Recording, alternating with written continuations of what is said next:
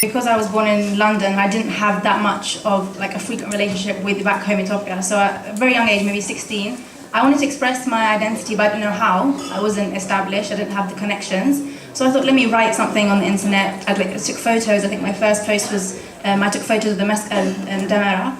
So I had to put it out there. People learned a lot from it. People were like, oh, I didn't know about Ethiopia. Where is it? Are you Ethiopian? And I enjoyed it because I was teaching other people, but also learning more about myself.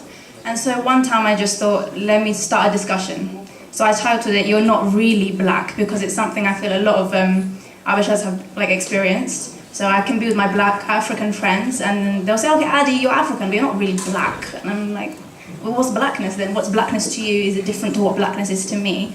So I didn't write the post to uncover like the biological reason, like am I scientifically black? It was more just a prompt to a discussion. What is blackness to who, to me, to you?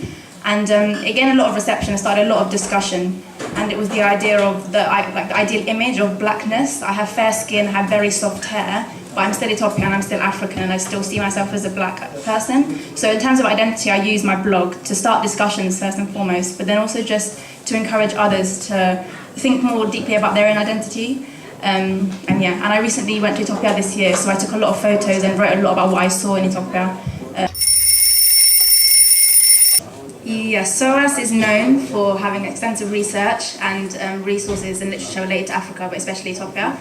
And I see this like very easily, just say I have a deadline or an assignment to write for a development course, I naturally gravitate towards doing a case study on Ethiopia or Eritrea or Horn of Africa or Somalia, it's a natural decision that I make, but subliminally it's also because I want to have a career in that field as well. I naturally, if there's a lecture talking about development, I think in my head, okay, I went to Ethiopia this summer, what did I see? How can I link it to this? How can I improve it in the future if I work in migration or conflict resolution or whatever it may be?